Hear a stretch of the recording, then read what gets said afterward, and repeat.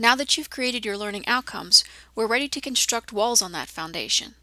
Activities and assessments together comprise your assignment plan, and they provide the big pillars in your course, or the ways that students will demonstrate achievement of your outcomes. Creating your assignment plan is also the beginning of alignment. In essence, look at the learning outcomes you have for your course and then ask yourself, how will I know that students have achieved these outcomes? In what ways will they demonstrate this achievement? What will they be able to do, and what will I assess so that we both know that they can demonstrate their new knowledge? Assignments aren't just those larger projects in a course, however. They include things such as practice learning activities, which may be low stakes or ungraded activities, so students can check their knowledge and understanding. Perhaps they have a simple quiz, for example, that you allow them to take several times until they receive a certain score. They also include those smaller assessments, where they'll be able to work with the information they're learning. Maybe they're interacting with their peers in a small group discussion, or maybe they're drafting thoughtful responses to a short answer essay question. It's in those larger assessments, however, that we really look to see if our learning outcomes are addressed. These larger assessments, ideally, move students up into higher levels of thinking, where we ask them to apply the information that they're learning. You may recognize this progression of thinking from the verb sheet that was available during Step 1 of Essential Design. The verbs were organized according to the levels of Bloom's taxonomy. In 1956, educational psychologist Dr. Benjamin Bloom identified 6 levels of thinking in the cognitive domain, from simple remembering of facts to the highest order of creating new knowledge. Learning at the higher levels is dependent on first having attained prerequisite knowledge at the lower levels. In 2000, Bloom's taxonomy was revised a bit to, among other things, utilize active verbs at each of the levels. It's not essential to buy into Bloom's taxonomy in order to create a good assignment plan. What is important to understand, however, is that brain-based research tells us that until a student applies the information they're learning, it will not be moved from their working memory into their long-term memory.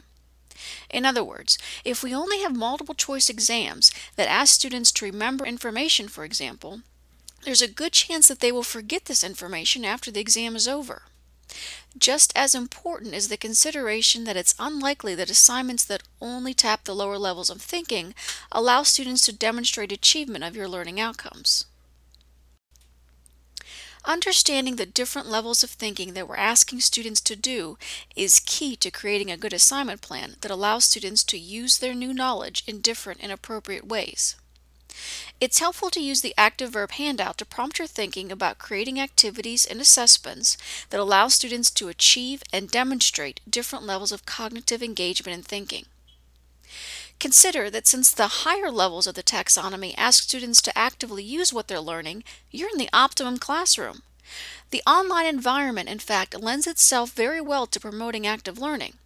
We have at our disposal both tools within the learning management system as well as technology that allows for many different assignment types, from discussions to wikis to blogs to mind maps. Using our example learning outcomes from Step 1, let's look at some ways we might devise an assignment plan. So if one of our learning outcomes was to apply the theory of natural selection to different contexts, we might include a practice quiz that allows them to demonstrate their understanding of the theory.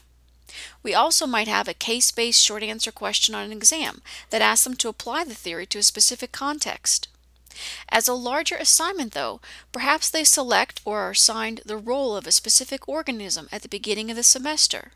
And as the course progresses, the class is given different sequential scenarios about what is going on in the environment. As each scenario is given, they keep an electronic journal that interprets the effect of the changing environment on their organism.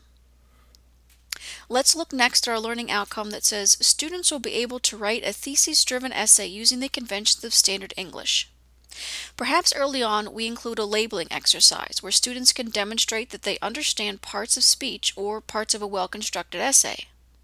Then maybe students apply their knowledge by creating a draft outline that is peer evaluated.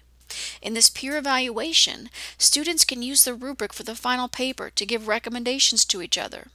This allows them to use the rubric in a new way as they think critically about and evaluate another's work. Finally, as the culminating step in the process, they create their final paper. Lastly, let's look at our outcome that says students will be able to identify and explain major causes of World War I. Perhaps we have some multiple choice exam questions that allow students to identify some major causes of the war. Next, we ask them to look more closely at the possible relationship between these causes by creating a mind map.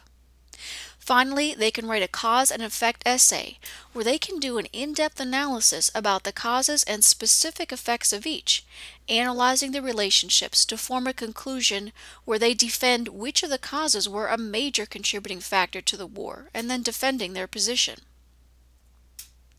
So your next step is to use the guide located in this section to help create your assignment plan. Also, refer back to the active verb handout from Step 1 and use the handout created from a slide in this presentation to spur your thinking to create activities and assessments that tap different levels of cognitive engagement and thinking.